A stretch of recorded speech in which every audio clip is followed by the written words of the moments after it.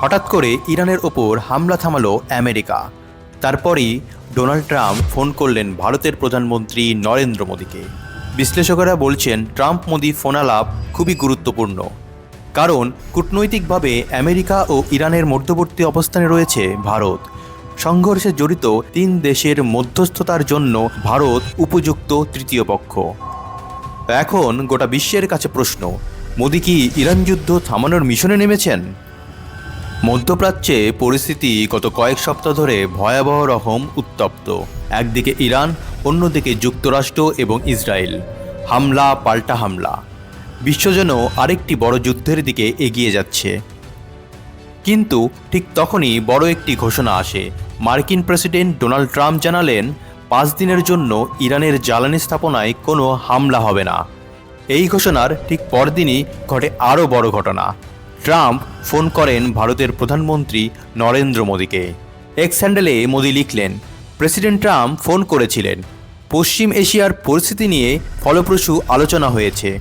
ট্রাম্পকে ভারতের অবস্থান স্পষ্ট করে মোদী লিখেছেন, ভারত যত দ্রুত সম্ভব উত্তেজনা কমাতে এবং শান্তি পুনরুদ্ধারের পক্ষে।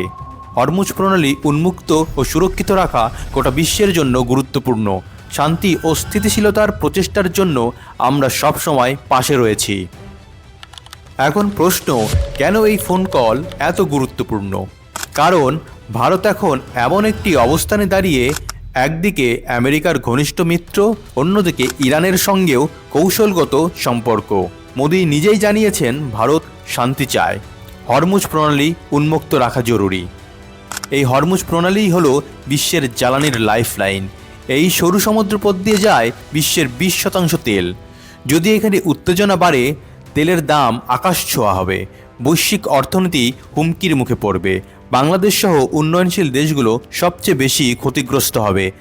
তাই মোদীর বক্তব্য শুধু কূটনৈতিক নয়, এটা অর্থনৈতিক বাস্তবতার সঙ্গেও জড়িত। ভারত এখন এমন এক জায়গায় দাঁড়িয়ে যাকে বলা যায় কৌশলগত ভারসাম্য রক্ষাকারী। একদিকে আমেরিকার সঙ্গে প্রতিরক্ষা ও বাণিজ্য সম্পর্ক, অন্যদিকে ইরান থেকে জ্বালানি ও আঞ্চলিক সংযোগ। এই কারণে অনেক বিশ্লেষক বলছেন ভারতই হতে পারে নিরপেক্ষ মধ্যস্থতাকারী, অর্থাৎ না পুরোপুরি আমেরিকার পক্ষ, না পুরোপুরি ইরানের পক্ষ, বরং দুই পক্ষের মধ্যে সেতুবন্ধন। এদিকে আরেকটি নতুন মোড় হলো পাকিস্তানও নাকি মধ্যস্থতায় আগ্রহ দেখাচ্ছে। কিন্তু প্রশ্ন হলো, আন্তর্জাতিক পর্যায়ে কার গ্রহণযোগ্যতা বেশি? ভারতের কূটনৈতিক শক্তি, অর্থনৈতিক প্রভাব এবং পশ্চিম দুনিয়ার সঙ্গে সম্পর্ক সব মিলিয়ে নরেন্দ্র মোদী এখানে অনেকটাই এগিয়ে। পাকিস্তান এখানে পাত্তাই পাবে না, শুধু আগ বাড়িয়ে নিজেকে বড় করার চেষ্টা করছেন পাকিস্তানের সেনাপ্রধান। এখন বড় প্রশ্ন, মোদী কি সত্যিই যুদ্ধ থামাচ্ছেন, নাকি আমেরিকা নিজেই চাপের মুখে পিছিয়ে এসেছে? সম্ভবত দুটোই সত্য। জ্বালানি সংকট, বৈশ্বিক চাপ, অর্থনৈতিক ঝুঁকি এবং ভারতের মতো দেশের কূটনৈতিক ভূমিকা।